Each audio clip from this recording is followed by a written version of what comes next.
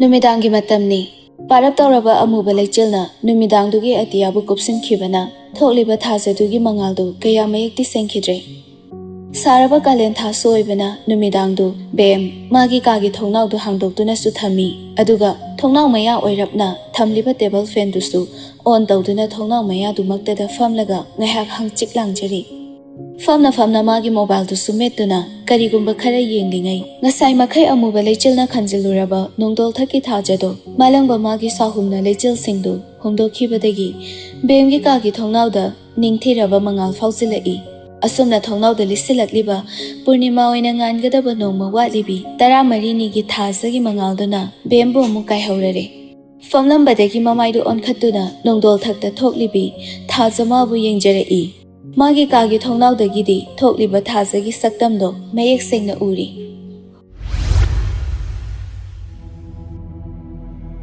ai nangbu sungpam pamjre hairisini ngasidi ai sunawandagi henbi malere aibu masinawanda kyarag hai khoi bano hai ngasi hairisina roibani masida karigumba aina hairibase yadadana nangak tokalaba aibu fatte haigano asumna haraga nganba magi gari tamna khong thangdokhi bem khumde thangdokhriba khongfam dubu khamba sungam jahaude leimaida tahoriba nganbagi khonggol mami dugi manakta tapna famthe mamita mapi piroinana leimaida tahoriba khonggol duda makhutna tapna soi aduga jimbaldagi thoklai wahi khara nangna uhaningdraba aigi saktamse nangi mitmangda amuk hanna leplara mikupsidagi nangna taklamba lambilsida ai penthokna hingba tamkhragi kotagan wahisina thokhibada maning tamna sintharei thingduna leramba pirang mahaksu adubu teithokludre pirangdu lawriba firebdu chetlasanu haibagum wakhaldo imang mangna pamda thangkre khongthangdo mahaki gari duna khamliba maikaidu tamna bem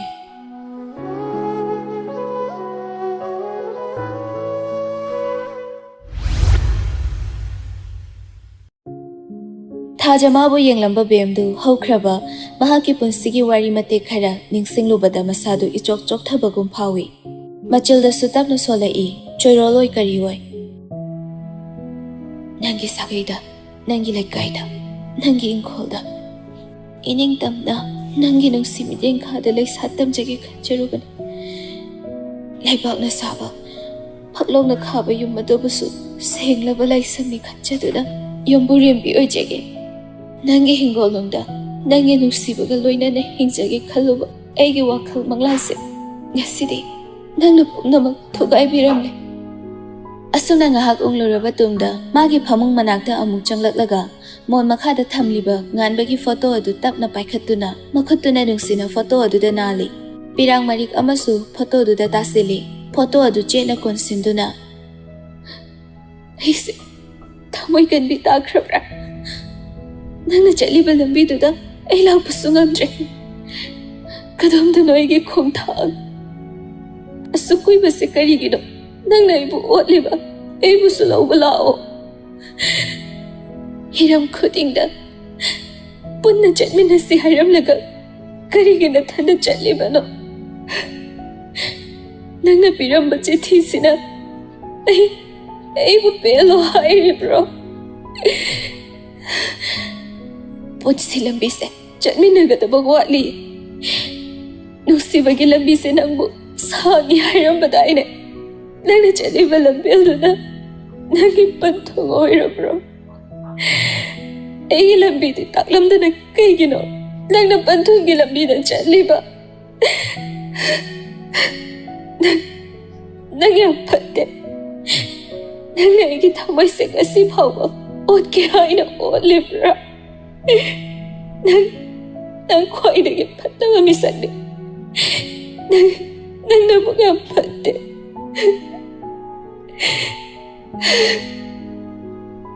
ningsinglai numitu bemga nganbaga saunakhiba matung pau phaunakhidaba tha ama mapung phaba numitani Matamdu nungthilgi pung aniga nifunipan chatlamle. Larik ama paduna leiri bemdu. Phone gi ring lakpagi makhol aduda kanano haina yengbada Daroki haina save tawba number adudagi oirami. Bem phone du pairaga munna yengduna ngahak khanjane. Khallingaida miss call takhre. Amuka suring khinglai. Karigino khanduna call du receive tawi. Bem tapna. Hello. Roki pakhatna. Bem nang amukta hospital du thuna lao.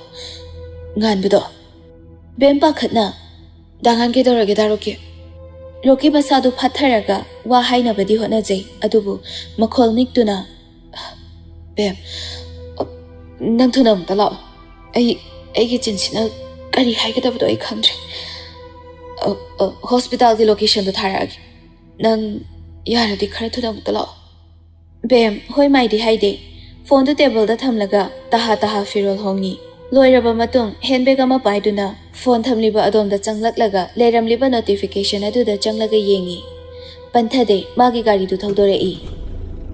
Bem wakhalda chingnana. As mabu kai doraba jano.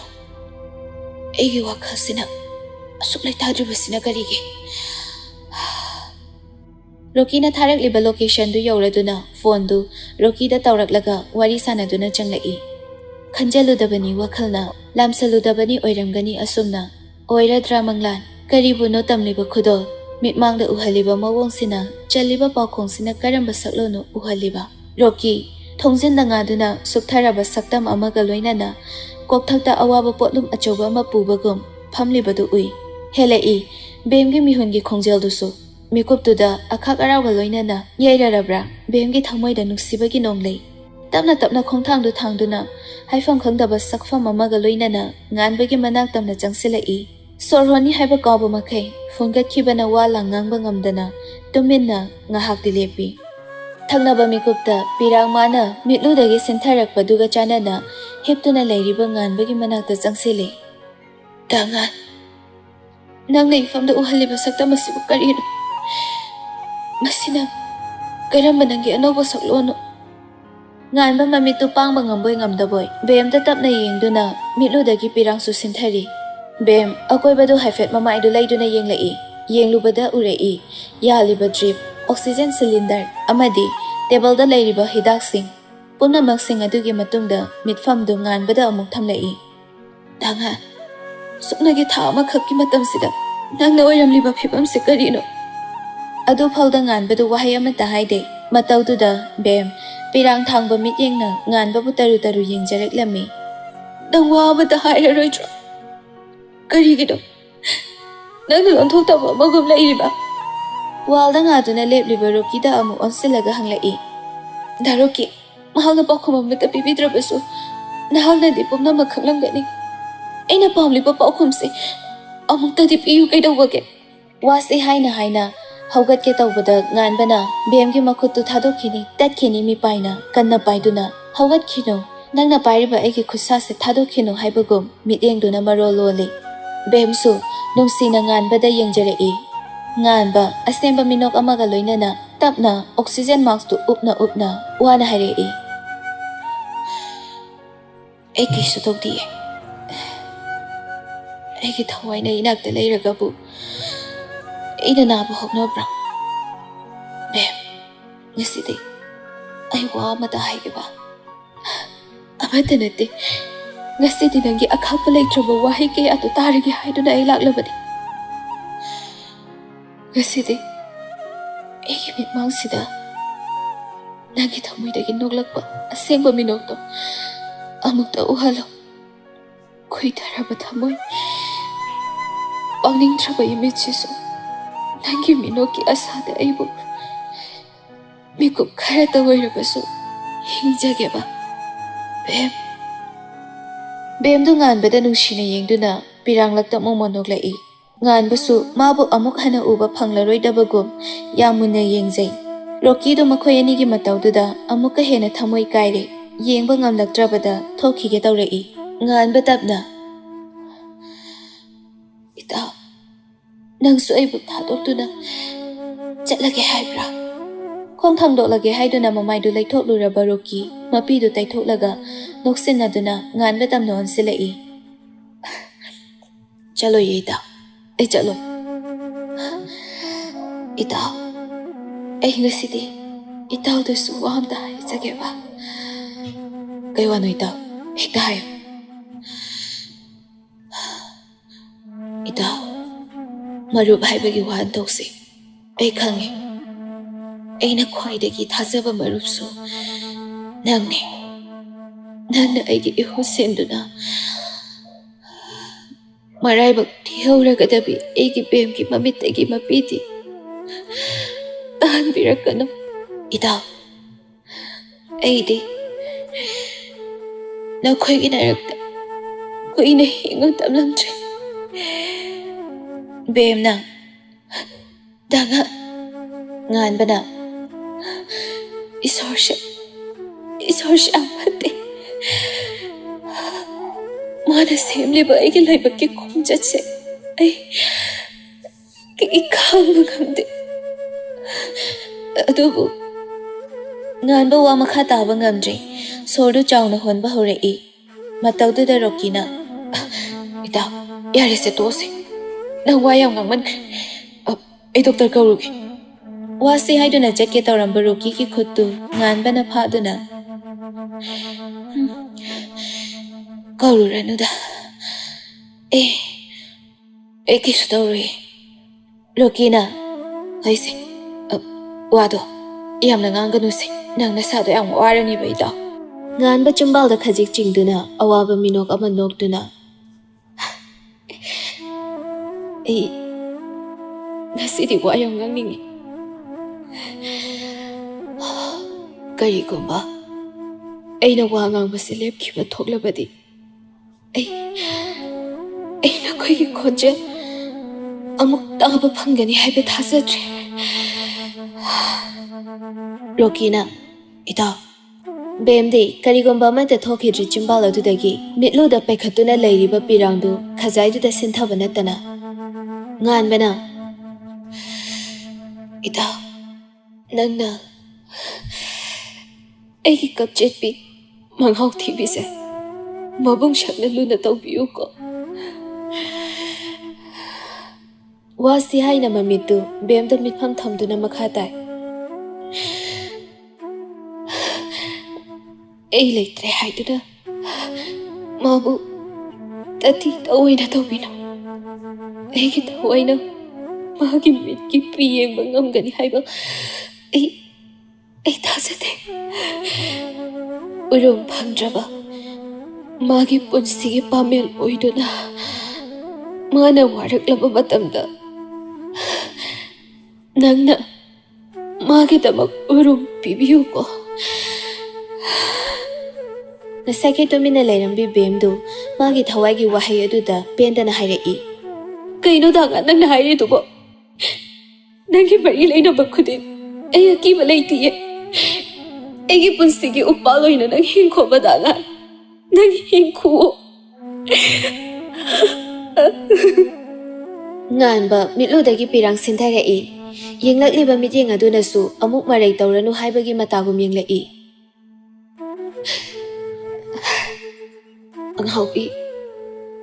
Nangay ka punsilambi pun na chakmina mapangloy tawre. Ay nalaytra ba da? Nang base na bagang base. Nangi daro kinata ng karasulay roy ba? Ay nakangi. Ngan ba sor jaw na hondo na wangang na bahonay. Adubo, chokthare masadu, kanaw su ikang kangle. Kanaw kang baheman ba na, log tu su kuba huragle. Mataw tu da bem pakat na.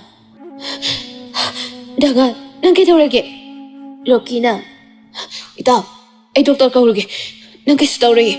Lera mo ko, ay doktor kauruge. Ngan batap na, makoyani da yeng laga. Kaururano itaw. Siba na ngay doon na lera ba isang amabu. Karam na doktor na kan ba? Kan ba nga bayaw krabag?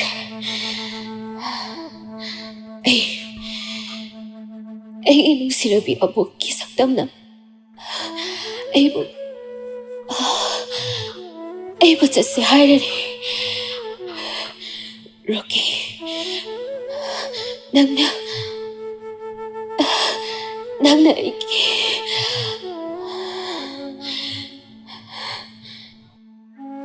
Makha tadre nganbana Rokiga Bemga gi makhutu nama paiduna Ay singkita takeba Singkita take Pairamba makhutu phatlok tho ibe aduga bed adugi makhada leiba bottle adu lawduna makhongdu hangdu I nganba wana Nakoi nungai na leiro ko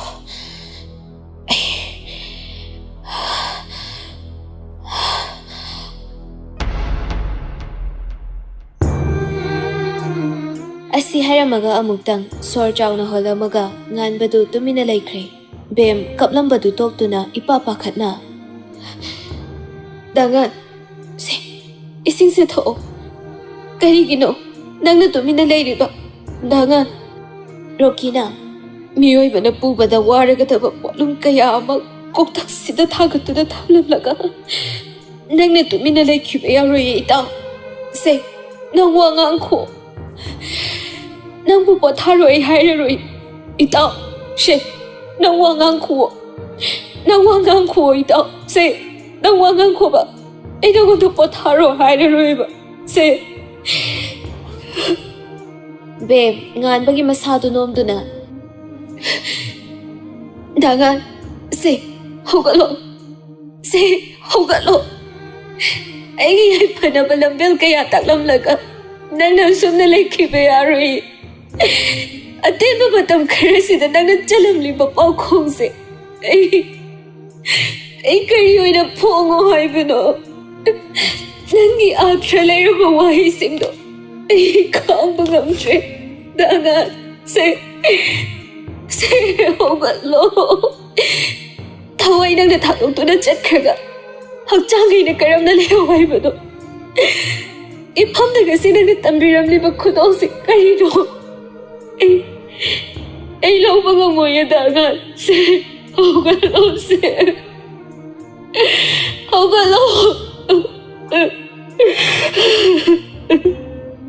Mafam the hospital ni haiba kaubo makai thamoy gi pendaba nungai daba na helaba bemdo gyan tada magi nuksiba bu kaujari taba haiba ngamdraba Roki su thamoy khutum suduna maichak tu phathajari Roki tapna nganbana tomliba du da yengduna Sintharakliba pirangdu tungoinaraga kapnok tawna nganbagi makhuttu paiduna mamaida nantharaga Itaw se nangbu hawgatlo kay tawbage ay nangi bemgi ba tawsi yengba ngamdri nang mahabu yam uninge hairamba daire mahabu nungsitatana hairamaga nangi magda lairaba matamsida karigino Nangna tumina kahuba ngangba tadaba makai ningaida na tumliba Hogalo ima ba pala aga aibu kari khomo haibano Hogalo ita hogalo nangbu pa khoma matadi piram kho kai dawbage Daroki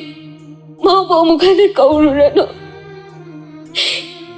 Daga nang nungai na chatlo ko Karigomba Matangi mapok haibado lairamlabadi handaki mapok sida mapong pakidraba nangaygi warise mapong paba madiwensi ko Matangi mapok asada Hingkrege ko dangan Hingkrege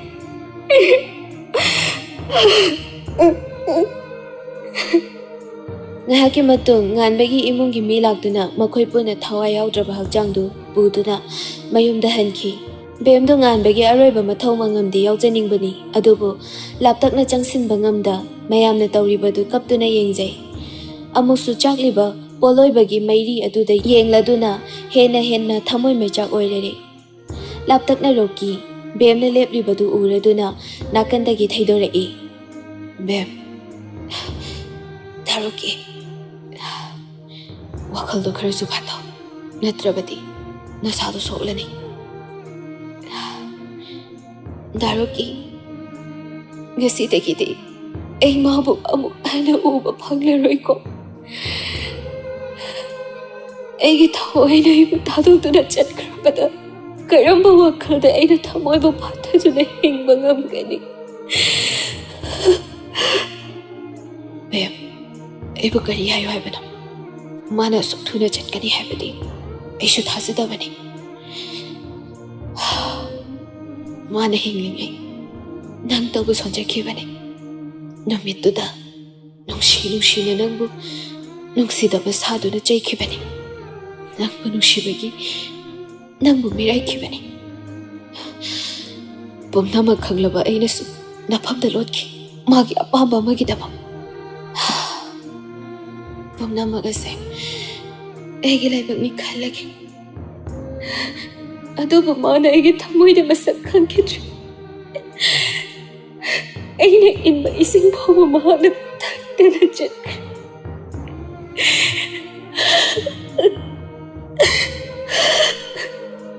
ꯁꯦꯠꯂꯤꯕ ꯑꯉꯧꯕ ꯐꯩꯖꯣꯝ ꯑꯗꯨꯒꯤ ꯅꯥꯆꯦꯞꯇꯒꯤ ꯆꯦ ꯑꯃ ꯂꯧꯊꯣꯛꯇꯨꯅ ꯕꯦꯝꯗ ꯄꯤꯗꯨꯅ, ꯁꯦ, ꯏꯇꯥꯎꯅ ꯅꯉꯣꯟꯗ ꯄꯤꯌꯨ ꯍꯥꯏꯗꯅ ꯄꯤꯔꯝꯕꯅꯤ. ꯃꯁꯤ ꯅꯠꯇꯅ ꯑꯩꯅ ꯄꯥꯡꯕ ꯉꯝꯕ ꯃꯇꯦꯡ ꯑꯃꯠꯇꯁꯨ ꯂꯩꯇ꯭ꯔꯦ.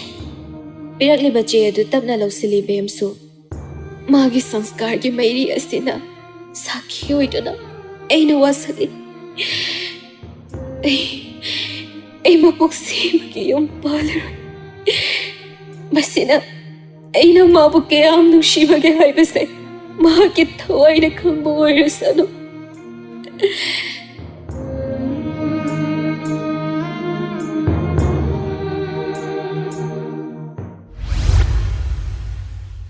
ꯃꯃꯥ! ꯕꯦꯝꯗꯨ ꯏꯈꯪ ꯈꯪꯉꯤ. ꯀꯧꯔꯛꯂꯤꯕ ꯈꯣꯟꯖꯦꯜ ꯑꯗꯨꯗ ꯃꯃꯥꯏꯗꯨ ꯑꯣꯟꯊꯣꯛꯇꯨꯅ ꯌꯦꯡꯕꯗ ꯃꯆꯥ ꯉꯥꯟꯕꯅ ꯃꯃꯤꯠ ꯎꯏꯔꯨꯝ ꯇꯧꯗꯨꯅ ꯂꯦꯞꯄ ꯎꯔꯒ ꯅꯣꯛꯐꯦꯠ ꯇꯧꯅ, ꯃꯃꯥꯒꯤ ꯉꯥꯟ, ꯀꯩꯗꯧꯔꯒꯦ ꯅꯪꯕꯣ? ꯃꯃꯥ, ꯑꯩ ꯇꯨꯝꯕ ꯌꯥꯗ꯭ꯔꯦ. ꯑꯩꯅ ꯐꯃꯨꯡꯗ ꯃꯃꯥ ꯊꯤꯔꯒ ꯃꯃꯥꯗꯤ ꯑꯩꯅꯥꯛꯇꯁꯨ ꯂꯩꯁꯨ ꯂꯩꯔꯝꯗꯅ. ꯕꯦꯝ ꯅꯣꯛꯃꯤ ꯃꯆꯥꯗꯨ ꯄꯥꯝꯈꯠꯇꯨꯅ, ꯃꯃꯥꯗꯣ ꯇꯨ ꯑꯥꯗꯒꯤ ꯊꯥꯁꯦ ꯌꯦꯡꯉꯝꯃꯤꯅꯤ. ꯃꯃꯥ, ꯊꯥꯗ ꯌꯦꯡꯂꯒ ꯀꯩ ꯅꯤꯔꯤꯅꯣ? ꯍꯩꯕꯣꯡ ꯆꯔꯣꯡ ꯅꯤꯔꯤꯔꯣ? ꯏꯆꯥꯒꯤꯅꯦ ꯍꯩꯕꯣꯡ ꯆꯔꯣꯡ ꯅꯤꯔꯤꯅꯤ. ꯍꯩꯃꯥ, ꯅꯃꯥ ꯅꯆꯥ ꯇꯨꯝꯗ꯭ꯔꯤꯕꯣ ꯍꯧꯖꯤꯛ ꯐꯥꯎꯕ? ꯅꯥꯀꯟꯗꯒꯤ ꯔꯣꯀꯤꯅ ꯍꯥꯏꯔꯛꯄꯅꯤ. ꯕꯦꯝꯅ ꯈꯨꯝꯒꯦ ꯇꯧꯕꯗ ꯃꯆꯥ ꯉꯥꯟꯕꯅ, ꯄꯥꯕꯨꯡ, ꯃꯃꯥꯅꯅꯦꯀꯣ ꯑꯩꯒꯤ ꯍꯩꯕꯣꯡ ꯆꯔꯣꯡ ꯅꯤꯕꯤꯔꯤꯕ ꯊꯥꯗꯒꯤ. ꯔꯣꯀꯤ ꯆꯪꯁꯤꯜꯂꯛꯇꯨꯅ ꯑꯃꯨꯛ ꯑꯉꯥꯡꯗꯨ ꯕꯦꯝꯗꯒꯤ ꯂꯧꯗꯨꯅ ꯄꯝꯃꯤ. ꯏꯆꯥꯒꯤ ꯃꯃꯥꯅ ꯍꯩꯕꯣꯡ ꯆꯔꯣꯡ ꯅꯤꯔꯤꯕ? ꯃꯃꯥꯅ ꯅꯤꯕꯤꯔꯤꯅꯦ. ꯏꯆꯥ ꯊꯣꯏꯕ ꯅꯨꯡꯁꯤꯕꯁꯦ ꯅꯦꯛꯁ ꯃꯟꯠꯀꯤ ꯖꯨꯂꯥꯏ ꯗꯦꯠ 9ꯗ ꯆꯍꯤ 4 ꯆꯞ ꯆꯥꯅ ꯐꯥꯗꯣꯏꯅꯤꯅꯦ. ꯋꯥ, ꯏꯆꯥꯁꯦ ꯌꯥꯝ ꯆꯥꯎꯔꯦꯕꯣ. ꯑꯅꯤꯗꯨꯒꯤ ꯃꯇꯧꯗꯨꯗ ꯕꯦꯝꯗꯨ ꯋꯥꯈꯜ ꯑꯃ ꯈꯜꯂꯛꯏ. ꯃꯆꯤꯟꯅ ꯇꯞꯅ ꯁꯣꯜꯂꯤ. ꯗꯥꯉꯥꯟ, ꯅꯪꯅ ꯃꯪꯂꯥꯟꯗ ꯂꯥꯛꯇꯨꯅ ꯏꯐꯝꯗ ꯁꯤꯟꯅꯕꯤꯔꯝꯕ ꯏꯆꯥꯁꯦ ꯆꯍꯤ 4 ꯐꯥꯔꯛꯂꯦ. ꯃꯇꯝꯁꯤ ꯈꯪꯍꯧꯗꯦ. ꯏꯆꯥ ꯑꯁꯤꯒꯤ ꯃꯁꯛ ꯃꯇꯧ ꯃꯑꯣꯡꯁꯤꯅ ꯅꯪꯕꯨ ꯑꯁꯨꯝ ꯅꯤꯡꯁꯤꯡꯍꯜꯂꯦ. ꯅꯪ ꯅꯠꯇꯅ ꯑꯇꯣꯞꯄ ꯀꯅꯥꯗꯁꯨ ꯌꯨꯝ ꯄꯥꯜꯂꯔꯣꯏ ꯍꯥꯏꯕ ꯑꯩꯒꯤ ꯐꯤꯔꯦꯞꯁꯤꯅ ꯅꯪꯒꯤ ꯑꯄꯥꯝꯕ ꯑꯃꯗꯤ ꯑꯩꯅ ꯊꯨꯡꯍꯟꯕ ꯉꯝꯗ꯭ꯔꯤ. ꯑꯗꯨꯕꯨ ꯍꯧꯖꯤꯛꯇꯤ ꯗꯥꯔꯣꯀꯤꯅꯁꯨ ꯏꯃꯥ ꯏꯆꯥꯕꯨ ꯌꯦꯡꯁꯤꯟꯕꯤꯔꯤ. ꯅꯪꯒꯤ ꯃꯔꯨꯞ ꯑꯃ ꯑꯣꯏꯅ ꯗꯥꯔꯣꯀꯤꯅꯗꯤ ꯅꯪꯒꯤ ꯑꯄꯥꯝꯕ ꯉꯥꯛꯇꯨꯅ ꯍꯤꯡꯂꯤ. ꯑꯗꯨꯕꯨ ꯑꯩꯗꯤ ꯗꯥꯉꯥꯟꯅ ꯃꯪꯂꯝꯕ ꯃꯪꯂꯥꯟ ꯃꯪꯐꯥꯎꯅꯕ ꯉꯝꯗ꯭ꯔꯤ. ꯕꯦꯝ ꯑꯇꯤꯌꯥꯗ ꯍꯥꯏꯐꯦꯠ ꯌꯦꯡꯈꯠꯇꯨꯅ, ꯗꯥꯉꯥꯟ, ꯅꯪꯗꯤ ꯑꯩꯈꯣꯏꯅ ꯇꯧꯔꯤꯕꯁꯤ ꯎꯕ ꯐꯪꯗ꯭ꯔꯤꯀꯣ? ꯅꯪꯅ ꯏꯐꯝꯗ ꯁꯤꯟꯅꯕꯤꯔꯝꯕ ꯑꯉꯥꯡꯁꯦ, ꯅꯪꯒꯤ ꯁꯥꯏꯌꯣꯟꯂꯥ ꯍꯥꯏꯕ ꯋꯥꯍꯪꯁꯤꯅꯗꯤ ꯑꯩꯕꯨ ꯇꯠꯇꯅ ꯑꯣꯠꯂꯔꯦ. ꯋꯥꯈꯜꯗꯣ ꯈꯖꯤꯛ ꯅꯧꯏ ꯅꯨꯄꯤꯗꯣ. ꯔꯣꯀꯤꯅ, ꯕꯦꯝ, ꯊꯦꯡꯉꯦꯅꯦ, ꯅꯪꯕꯨ ꯇꯨꯝꯅꯕ ꯇꯧꯔꯣꯅꯦ. ꯑꯩꯁꯨ ꯆꯦꯛ ꯆꯠꯂꯨꯕꯅꯦ. ꯑꯉꯥꯡ ꯑꯇꯩꯗꯤ ꯇꯨꯝꯍꯧꯔꯦ. ꯅꯃꯥ ꯅꯆꯥꯗ ꯉꯥꯏꯔꯦ. ꯗꯥꯔꯣꯀꯤꯁꯨ ꯇꯨꯝꯅꯕ ꯇꯧꯕꯤꯔꯣ. ꯑꯗꯣ ꯗꯥꯔꯣꯀꯤ, ꯍꯌꯦꯡꯒꯤ ꯑꯉꯥꯡꯁꯤꯡꯒꯤ ꯕ꯭ꯔꯦꯛꯐꯥꯁꯇꯤ? ꯑꯩꯅ ꯂꯩꯔꯦ. ꯐꯔꯦꯁꯦ, ꯑꯩꯁꯨ ꯋꯥꯔꯦ, ꯇꯨꯝꯃꯨꯔꯒꯦ. ꯅꯪꯁꯨ ꯇꯨꯝꯅꯕ ꯇꯧꯔꯣꯀꯣ. ꯑꯗꯣ ꯍꯌꯦꯡꯗꯤ ꯑꯩꯈꯣꯏ ꯃꯃꯥ ꯍꯣꯏꯁꯨ ꯂꯥꯛꯀꯅꯤ ꯍꯥꯏꯕꯅꯤ. ꯑꯁꯨꯝꯅ ꯉꯥꯏꯍꯥꯛ ꯋꯥꯔꯤ ꯁꯥꯟꯅꯔꯝꯂꯒ ꯔꯣꯀꯤꯁꯨ ꯆꯠꯈ꯭ꯔꯦ. ꯕꯦꯝꯒ ꯃꯆꯥꯒꯁꯨ ꯐꯃꯨꯡꯗ ꯆꯪꯂꯛꯏ. ꯃꯃꯥꯒꯤ ꯁꯅꯥ, ꯁꯦ ꯇꯨꯝꯅꯕ ꯇꯧꯔꯁꯤ. ꯃꯃꯥꯒꯤ ꯄꯥꯝꯕꯣꯝꯁꯤꯗꯅꯦ ꯃꯣꯟ ꯈꯥꯡꯉꯨꯁꯦ. ꯃꯃꯥ, ꯑꯩꯗꯤꯅꯦ ꯃꯃꯥꯒꯤ ꯈꯨꯠꯁꯦ ꯃꯣꯟ ꯑꯗꯨꯝ ꯈꯥꯡꯉꯤꯕꯨ. ꯇꯨꯝꯕꯁꯨ ꯀꯣ ꯃꯃꯥ ꯌꯥꯝ ꯅꯨꯡꯉꯥꯏ. ꯍꯣꯏꯁꯦ, ꯃꯃꯥ ꯀꯣꯟꯕꯤꯔꯒꯦꯁꯦ. ꯅꯨꯃꯤꯠ ꯎꯏꯁꯤꯜꯂꯣ. ꯑꯁꯤ ꯍꯥꯏꯗꯨꯅ ꯊꯦꯝꯕꯤꯔꯤ. Kuide machadu tumthakiba, machadu yengna mathanta khanjai. Dangan, nangna manglanda sinabiramba angang sinamaram oiraga, ngasidi aisu ichagi nusiba masak khangle.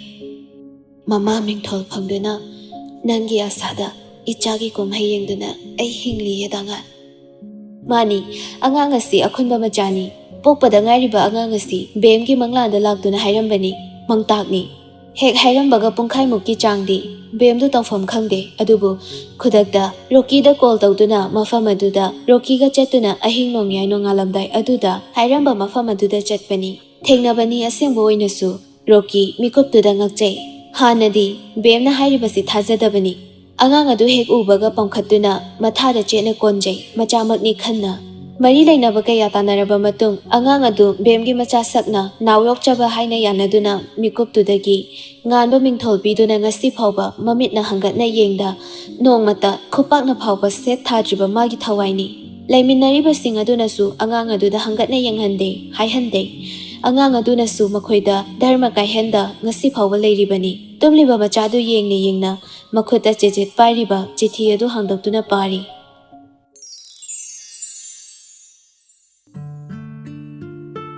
Akhoi miyoibagi punsise nungsidra. Mafamna, matamna, magi oiba tonganba lambi kayada amamamta puduna chatkhay. Ngasidi, aisu aigi laibaki khongchatna nakhoi pumnamaki mityeng wangma landuna chatpa tara male. Nafamda, nungsibagi sehauga loinana panthungoige khaluba. Laibaki ningaina pumnamak aigi manglan oihankray.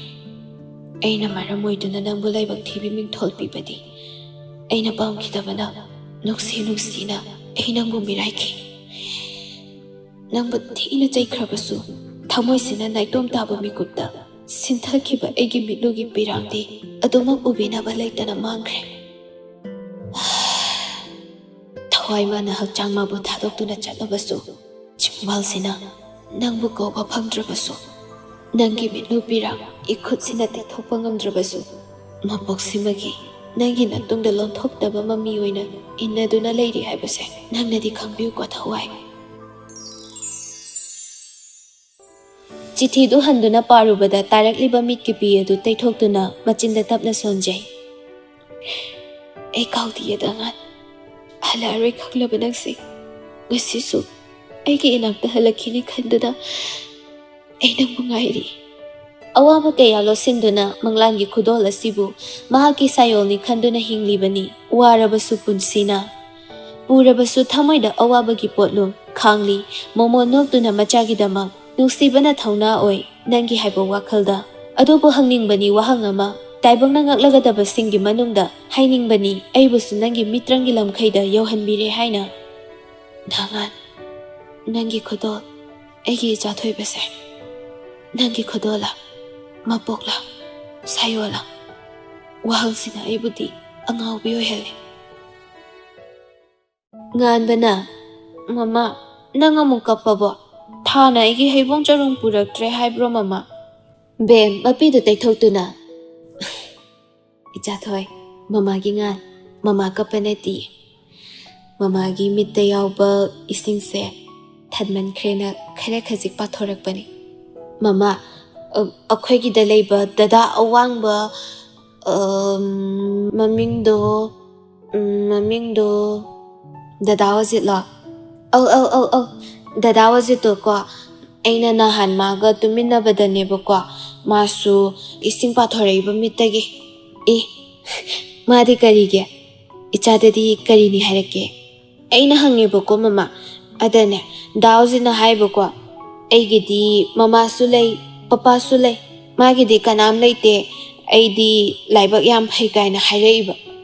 Bem wahaidu tabada nungaitana oh adugi oire moigisu mama hoi baba hoido ada thabak chatkibagini aduga sidana mana ABC tamba loidri phawba leidoini. Mana AB tamba loiraga magisu mamaga papaga na lawba laktoiba. Se chathoi tomose mama sumbirage. Ahingdo asumna hauki.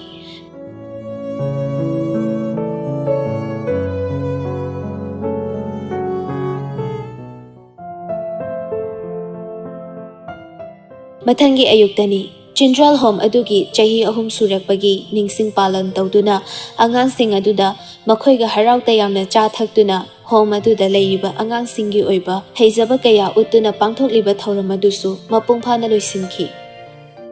Numitugi numidang wairamduda bemdu pungau phanek ama set angauba phi ama en laibaktana amuba leisanamduna Rocky manaktamna changai. Daroke hiptuna leiramba Rocky du tamna hawgalaktuna Bem na setliba phijol aduda ingangak na yengi. Bem, kaidorage?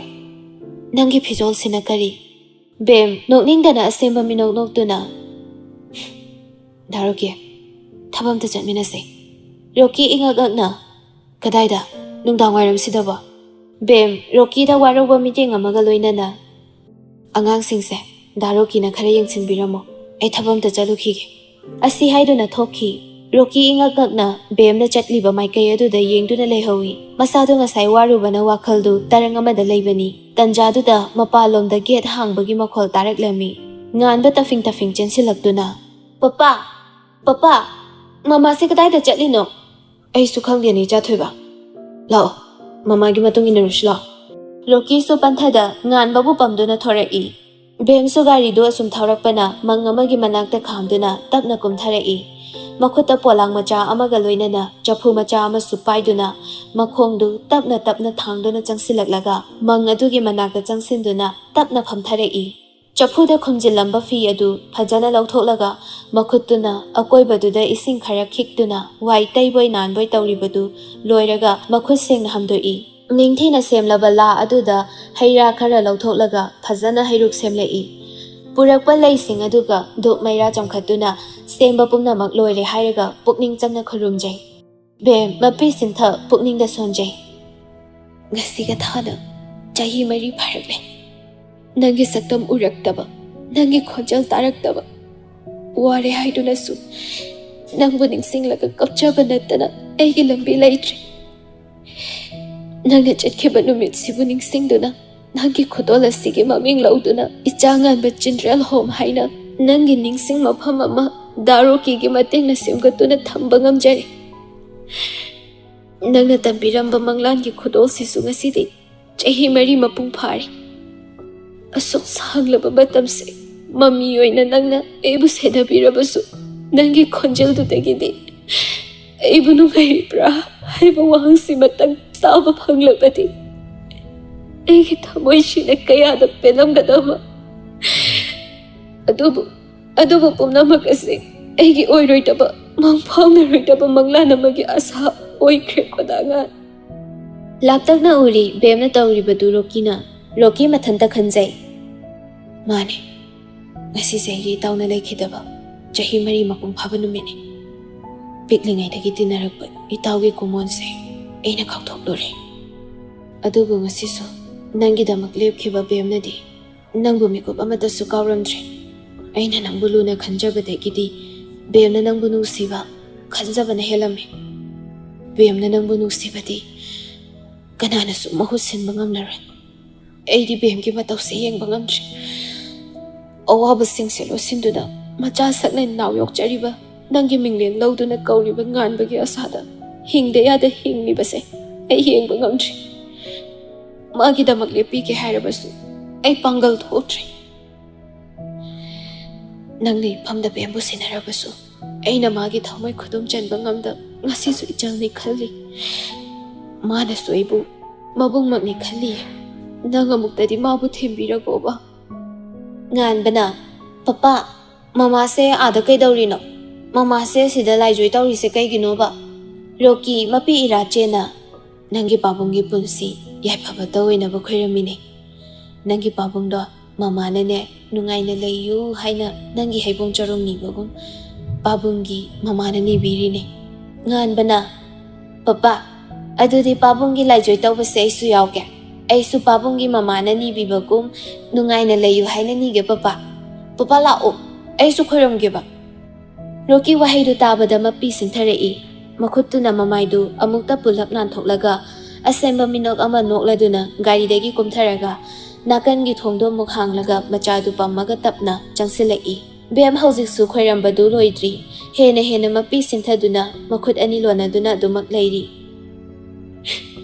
ꯅꯪꯅ ꯃꯤꯔꯥꯏꯕꯤꯔꯝꯂꯕ ꯄꯨꯟꯁꯤꯁꯦ ꯀꯔꯝꯕ ꯃꯐꯝꯗ ꯆꯠꯂꯒ ꯑꯩꯒꯤ ꯑꯋꯥꯕꯁꯦ ꯄꯣꯊꯥꯒꯅꯤ ꯉꯁꯤꯗꯤ ꯅꯪ ꯌꯥꯎꯗ꯭ꯔꯕꯗ ꯑꯩꯒꯤ ꯄꯨꯟꯁꯤꯁꯦ ꯄꯨꯟꯁꯤ ꯑꯣꯏꯗ꯭ꯔꯦ ꯍꯤꯡꯕꯒꯤ ꯑꯥꯔꯊ ꯊꯣꯛꯇ꯭ꯔꯕꯒꯨꯝ ꯐꯥꯎꯍꯜꯂꯦ ꯍꯜꯂꯛꯂꯔꯣꯏꯗꯕ ꯅꯪꯒꯤ ꯋꯥꯔꯤ ꯂꯤꯗꯨꯅ ꯁꯤꯟꯊꯔꯤꯕꯅꯤ ꯃꯤꯠꯂꯨ ꯄꯤꯔꯥꯡꯁꯤ ꯃꯍꯧꯁꯥ ꯃꯥꯅꯁꯨ ꯊꯦꯝꯖꯤꯟꯕ ꯉꯝꯂꯛꯇ꯭ꯔꯕꯗ ꯑꯩꯕꯨꯁꯨ ꯅꯣꯛꯅꯕꯤꯔꯦ ꯇꯟꯖꯥꯗꯨꯗ ꯃꯆꯥꯅꯨꯄꯥ ꯉꯥꯟꯕꯅ ꯅꯥꯀꯟꯗꯒꯤ ꯍꯥꯏꯔꯛꯏ ꯃꯃꯥꯅ ꯄꯥꯕꯨꯡꯒꯤ ꯂꯥꯏꯖꯣꯏ ꯇꯧꯕꯒꯨꯝ ꯑꯩꯅꯁꯨ ꯄꯥꯕꯨꯡꯒꯤ ꯖꯣꯏ ꯇꯧꯔꯤ ꯅꯨꯡꯉꯥꯏꯅ ꯂꯩꯌꯨꯀꯣ ꯄꯥꯕꯨꯡ ꯉꯁꯥꯏꯗꯒꯤ ꯀꯞꯇꯨꯅ ꯈꯨꯗ ꯀꯨꯟꯗꯨꯅ ꯂꯩꯔꯝꯕ ꯕꯦꯝꯗꯣ ꯃꯆꯥꯒꯤ ꯃꯈꯣꯜ ꯇꯥꯕꯗꯨꯗ ꯏꯉꯛ-ꯉꯛꯅ ꯑꯣꯟꯊꯣꯔꯛꯇꯨꯅ ꯌꯦꯡꯂꯛꯏ ꯃꯃꯥ ꯅꯪ ꯑꯃꯨꯛ ꯏꯁꯤꯡ ꯄꯥꯊꯣꯛꯑꯕꯣ ꯏꯆꯥ ꯊꯣꯏ ꯑꯩꯅꯀꯣ ꯄꯥꯕꯨꯡꯁꯦ ꯅꯨꯡꯉꯥꯏꯅ ꯂꯩꯅꯕ ꯖꯣꯏ ꯇꯧꯔꯤꯕ ꯑꯩ ꯍꯩꯕ꯭ꯔꯥ ꯃꯃꯥ ꯏꯆꯝ ꯆꯝꯅ ꯍꯪꯂꯛꯂꯤꯕ ꯃꯆꯥꯒꯤ ꯋꯥꯍꯪꯗꯨꯅ ꯕꯦꯝꯗꯤ ꯑꯀꯥꯏꯕ ꯃꯤꯡꯁꯦꯜꯗ ꯍꯟꯖꯤꯟ ꯃꯆꯤꯠ ꯀꯌꯥ ꯊꯣꯛꯅ ꯀꯥꯏꯔꯣ ꯍꯥꯏꯗꯨꯅ ꯊꯨꯒꯥꯏꯕꯒꯨꯝ ꯊꯣꯛꯂꯔꯦ ꯃꯆꯥꯒꯤ ꯋꯥꯍꯪꯒꯤ ꯄꯥꯎꯈꯨꯝ ꯄꯤꯒꯦ ꯍꯥꯏꯗꯨꯅ ꯆꯤꯝꯕꯥꯜ ꯀꯥꯡꯒꯦ ꯇꯧꯕꯒ ꯕꯦꯝꯒꯤ ꯅꯥꯀꯟꯗꯒꯤ ꯔꯣꯀꯤꯒꯤ ꯂꯨꯝ ꯂꯥꯎꯕ ꯈꯣꯟꯖꯦꯜ ꯑꯗꯨꯅ ꯍꯥꯏꯔꯛꯏ ꯑꯩꯁꯦ ꯑꯄꯪꯕꯅꯤ ꯀꯨꯏꯅ ꯃꯔꯨꯞ ꯑꯣꯏꯔꯛꯂꯕꯁꯨ ꯏꯇꯥꯎꯒꯤ ꯑꯁꯤꯒꯨꯝꯕ ꯅꯨꯃꯤꯠꯁꯤꯗꯤ ꯑꯩ ꯇꯁꯦꯡꯅ ꯀꯥꯎꯊꯣꯛꯂꯨꯔꯦ ꯅꯪꯅ ꯑꯩꯕꯨ ꯋꯥꯔꯧꯔꯝꯒꯅꯤ ꯍꯥꯏꯕ ꯑꯩ ꯈꯪꯉꯤ ꯏꯇꯥꯎ ꯋꯥꯔꯧ ꯑꯩꯕꯨ ꯋꯥꯔꯧ ꯅꯪꯅ ꯍꯥꯏꯔꯝꯕꯁꯨ ꯉꯥꯛꯄ ꯉꯝꯗꯕ ꯃꯁꯤꯗ ꯅꯠꯇꯅ ꯅꯪꯒꯤ ꯕꯦꯝꯒꯤ ꯅꯤꯡꯕꯁꯨ ꯑꯩꯅ ꯉꯁꯤꯗꯤ ꯊꯨꯡꯍꯟꯕ ꯉꯝꯗ꯭ꯔꯤ ꯃꯐꯝꯁꯤꯗ ꯅꯪꯒꯤ ꯄꯇꯥ ꯇꯥꯕꯒꯨꯝ ꯇꯥꯔꯕ ꯑꯩꯈꯣꯏꯒꯤ ꯊꯃꯣꯏꯗ ꯆꯥꯛꯂꯤꯕ ꯐꯣꯝꯂꯤꯕ ꯑꯋꯥꯕꯁꯦ ꯅꯪꯅꯗꯤ ꯈꯪꯗꯅ ꯄꯨꯟꯁꯤꯒꯤ ꯇꯨꯝꯗꯨꯅ ꯂꯩꯈ꯭ꯔꯦ ꯕꯦꯝ ꯍꯤꯛ ꯀꯞꯂꯗꯨꯅ ꯃꯈꯣꯜꯗꯣ ꯁꯤꯔꯤ ꯃꯆꯥ ꯉꯥꯟꯕꯒꯤ ꯃꯀꯣꯛꯇꯨ ꯅꯥꯟꯊꯕꯤꯗꯨꯅ ꯗꯥꯒꯥꯟ ꯌꯦꯡꯉꯨ ꯑꯩꯒꯤ ꯏꯆꯥ ꯊꯣꯏꯕ ꯑꯩꯒꯤ ꯏꯆꯥ ꯉꯥꯟꯕꯁꯦ ꯆꯥꯎꯔꯛꯂꯅꯤ ꯉꯁꯤꯗꯤ ꯅꯪꯉꯣꯟꯗ ꯄꯥꯕꯨꯡ ꯍꯥꯏꯅ ꯀꯧꯔꯤꯕꯁꯦ ꯑꯃꯨꯛꯇꯪꯗꯤ ꯅꯨꯡꯁꯤꯅ ꯈꯨꯝꯕꯤꯔꯔꯣ ꯅꯪꯒꯤ ꯁꯥꯌꯣꯜꯁꯤꯕꯨ ꯌꯦꯡꯕ ꯉꯝꯂꯤꯕ꯭ꯔꯣ ꯅꯪꯒꯤ ꯃꯣꯡꯐꯝꯒꯤ ꯂꯩꯃꯥꯏꯊꯛꯁꯤꯗ ꯀꯨꯟꯗꯨꯅ ꯃꯈꯨꯠ ꯂꯣꯟꯅꯗꯨꯅ ꯇꯥꯏꯕꯪꯒꯤ ꯑꯋꯥ ꯑꯅꯥ ꯈꯪꯖꯗ꯭ꯔꯤꯕ ꯏꯆꯥꯁꯤꯅ ꯅꯪꯕꯨ ꯅꯨꯡꯁꯤꯅ ꯀꯧꯕꯤꯕꯁꯦ ꯗꯥꯉꯥꯟ ꯅꯪ ꯑꯃꯨꯛꯇꯗꯤ ꯈꯨꯝꯕꯤꯌꯨ ꯀꯩꯗꯧꯕꯒꯦ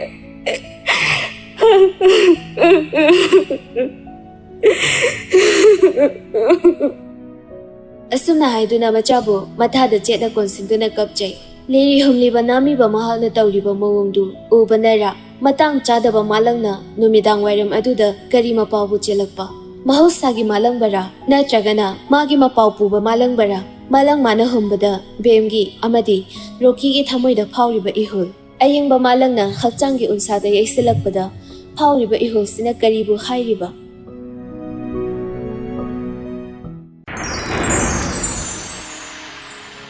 ꯏꯇꯥꯎ ꯅꯇꯥꯎꯅ ꯈꯨꯗꯤꯡꯃꯛ ꯎꯔꯦ ꯅꯪꯅ ꯑꯩꯒꯤ ꯊꯋꯥꯏꯕꯨ ꯅꯆꯟꯒꯨꯝꯅ ꯅꯨꯡꯁꯤꯅ ꯂꯣꯏꯅꯕꯤꯔꯤ ꯍꯥꯏꯕꯁꯨ ꯑꯩꯒꯤ ꯊꯋꯥꯏꯅ ꯈꯪꯖꯔꯦ ꯑꯩꯗꯤ ꯃꯐꯝꯁꯦ ꯑꯩꯒꯤ ꯑꯣꯏꯌꯨ ꯇꯝꯂꯝꯕꯅ ꯃꯐꯝꯁꯤꯗꯒꯤ ꯍꯦꯟꯗꯣꯛꯄ ꯉꯝꯗ꯭ꯔꯦ ꯍꯛꯆꯥꯡ ꯃꯥꯅ ꯃꯩ ꯋꯥꯏꯈ꯭ꯔꯁꯨ ꯊꯋꯥꯏ ꯑꯩꯗꯤ ꯃꯐꯝ ꯀꯩꯗ ꯆꯠꯏ ꯅꯈꯣꯏꯒꯤ ꯅꯅꯥꯛꯇ ꯂꯩꯔꯤ ꯄꯨꯟꯁꯤꯒꯤ ꯑꯣꯏꯅ ꯑꯩꯒꯤ ꯏꯆꯥ ꯑꯃꯗꯤ ꯊꯋꯥꯏꯕꯨ ꯆꯦꯛꯁꯤꯟꯅ ꯁꯦꯟꯅꯕꯤꯌꯨ ꯀꯣ ꯏꯇꯥꯎ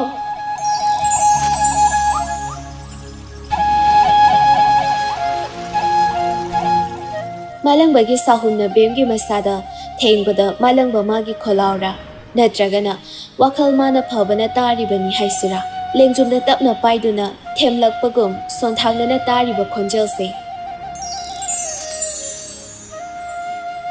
ꯊꯋꯥꯏ ꯅꯪꯒꯤꯗꯃꯛ ꯂꯦꯞꯇꯨꯅ ꯄꯥꯝꯕꯣꯝ ꯇꯤꯡꯅ ꯀꯔꯤꯁꯨ ꯇꯧꯕ ꯉꯝꯗ꯭ꯔꯤ ꯅꯪꯅ ꯑꯩꯕꯨ ꯅꯨꯡꯁꯤꯕꯤꯔꯕꯗꯤ ꯑꯩꯒꯤ ꯁꯥꯌꯣꯜ ꯑꯣꯏꯔꯤꯕ ꯃꯍꯥꯛꯁꯦ ꯃꯤꯊꯣꯏ ꯃꯤꯍꯦꯟꯕ ꯈꯨꯗꯤꯡꯃꯛꯇꯒꯤ ꯄꯨꯡꯍꯦꯟ ꯍꯦꯟꯕ ꯏꯆꯥꯒꯤ ꯃꯤꯡꯊꯣꯜ ꯑꯁꯤꯒꯨꯝ ꯇꯧꯔꯨꯕ ꯈꯨꯗꯤꯡꯃꯛ ꯃꯥꯏꯀꯩ ꯁꯤꯟꯅ ꯉꯥꯟꯍꯜꯂꯛꯎꯀꯣ ꯃꯇꯝꯗꯨꯗ ꯄꯦꯟꯒꯅꯤ ꯑꯩꯅ ꯅꯪꯕꯨ ꯅꯨꯡꯁꯤꯔꯨꯕꯒꯤ ꯂꯃꯟ ꯁꯤꯡꯕꯤꯔꯕꯅꯤ ꯈꯟꯗꯨꯅ ꯈꯣꯟꯖꯦꯜ ꯊꯣꯛꯅ ꯅꯪꯕꯨ ꯇꯥꯅꯕ ꯉꯁꯤꯁꯨ ꯅꯪꯕꯨ ꯅꯨꯡꯁꯤꯔꯤ ꯍꯥꯏꯕ ꯋꯥꯍꯩꯁꯦ ꯇꯠꯇꯅ ꯅꯐꯝꯗ ꯍꯩꯅꯤꯡꯉꯤ ꯊꯋꯥꯏꯅ ꯇꯥꯏꯕꯪꯗ ꯂꯩꯇ꯭ꯔꯕꯗ ꯑꯣꯏꯈ꯭ꯔꯦ ꯑꯩꯗꯤ ꯃꯐꯝꯗ ꯃꯤꯆꯦꯠ ꯅꯪꯒꯤꯗꯃꯛ ꯏꯆꯥ ꯉꯥꯟꯕꯅ ꯂꯦꯞꯄꯁꯤꯅ ꯑꯩꯅ ꯂꯦꯞꯄꯅꯤ ꯈꯜꯂꯣꯀꯣ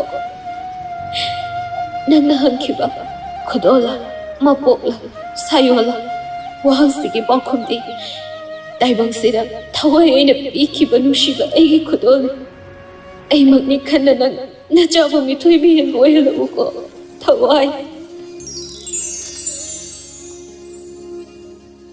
ꯋꯥꯈꯜ ꯃꯥꯒꯤ ꯅꯤꯡꯉꯥꯏꯗ ꯇꯥꯔꯤꯕ ꯈꯣꯟꯖꯦꯜ ꯑꯗꯨꯅ ꯊꯧꯅꯥ ꯍꯥꯞꯈ꯭ꯔꯦ ꯅꯨꯄꯤ ꯑꯗꯨꯒꯤ ꯃꯐꯝꯗ ꯍꯤꯡꯕ ꯉꯝꯅꯕꯒꯤ ꯄꯥꯡꯒꯜꯁꯨ ꯔꯣꯀꯤ ꯇꯞꯅ ꯕꯦꯝ ꯂꯥꯎ ꯆꯠꯂꯁꯤ ꯕꯦꯝ ꯅꯨꯡꯉꯥꯏꯇꯅ ꯃꯐꯝ ꯑꯗꯨ ꯀꯣꯏꯅ ꯌꯦꯡꯂꯛꯏ ꯑꯗꯨꯒ ꯑꯔꯣꯏꯕ ꯑꯣꯏꯅ ꯈꯨꯔꯨꯝꯂꯝꯗꯨꯅ ꯄꯨꯟꯅ ꯊꯣꯛꯂꯛꯏ ꯉꯥꯟꯕꯒ ꯔꯣꯀꯤꯒꯅ ꯕꯦꯝꯒꯤ ꯇꯨꯡꯗ ꯊꯧꯔꯛꯂꯦ ꯃꯐꯝꯗꯨꯅ ꯃꯤꯠꯌꯦꯡ ꯁꯥꯝꯗ꯭ꯔꯤꯉꯩ ꯑꯃꯨꯛꯇꯪ ꯍꯟꯅ ꯌꯦꯡꯂꯛꯂꯝꯃꯤ ꯊꯋꯥꯏ ꯑꯣꯏꯈ꯭ꯔꯦ ꯈꯪꯂꯕꯁꯨ ꯃꯈꯣꯏꯒꯤ ꯃꯥꯏꯀꯩ ꯌꯦꯡꯂꯛꯂꯕꯣꯏ ꯈꯜꯂꯨꯔꯦ ꯃꯤꯀꯨꯞ ꯈꯔꯒꯤ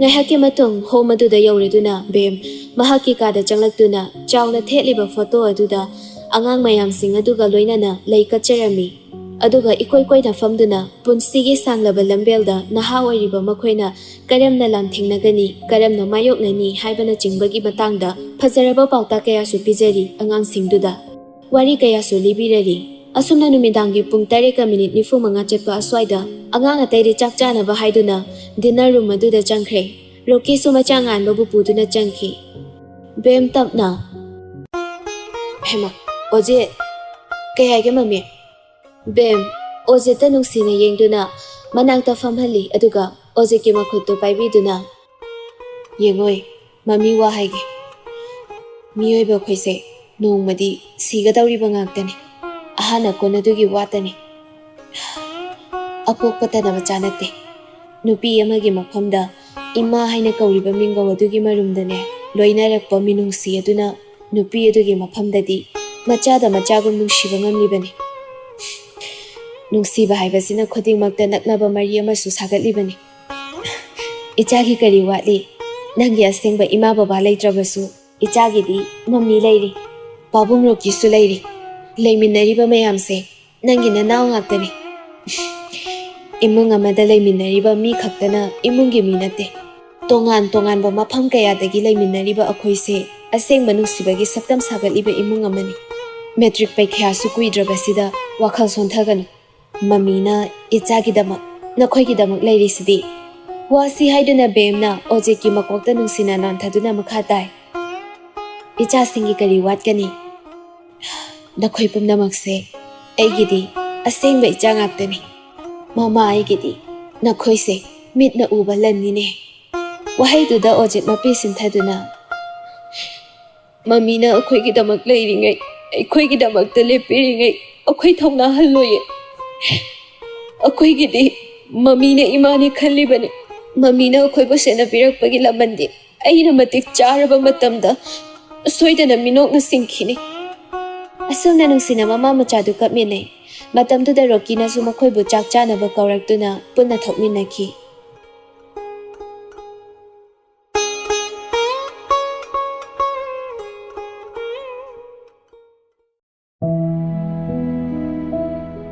ꯍꯥꯏꯅꯗ꯭ꯔꯕꯁꯨ ꯈꯪꯅꯔꯕ ꯋꯥꯐꯝꯅꯤ ꯅꯨꯡꯁꯤꯕꯒꯤ ꯃꯈꯜ ꯌꯥꯝꯃꯤ ꯃꯤꯑꯣꯏꯕꯒꯤ ꯄꯨꯟꯁꯤꯗ ꯂꯧꯔꯤꯕ ꯊꯧꯗꯥꯡ ꯑꯁꯨꯛꯀꯤ ꯃꯇꯤꯛ ꯌꯥꯝꯈ꯭ꯔꯦ ꯊꯕꯛ ꯁꯤꯟꯊꯥ ꯑꯃ ꯄꯥꯡꯕꯗ ꯈꯨꯜ ꯂꯩꯀꯥꯏ ꯃꯤꯌꯥꯝꯅ ꯇꯥꯠ ꯄꯥꯠ ꯇꯧꯗꯨꯅ ꯇꯧꯕ ꯊꯕꯛꯄꯨꯗꯤ ꯃꯤ ꯑꯃꯅ ꯇꯧꯕꯗ ꯑꯃꯈꯛꯅ ꯄꯨꯛꯆꯦꯜ ꯁꯦꯡꯅ ꯂꯦꯞꯄꯤꯗꯨꯅ ꯇꯧꯕꯅ ꯃꯥꯏ ꯄꯥꯛꯅ ꯏꯪꯅ ꯆꯤꯛꯅ ꯁꯥꯟꯇꯤ ꯐꯪꯅ ꯇꯧꯕ ꯉꯝꯕꯅꯤ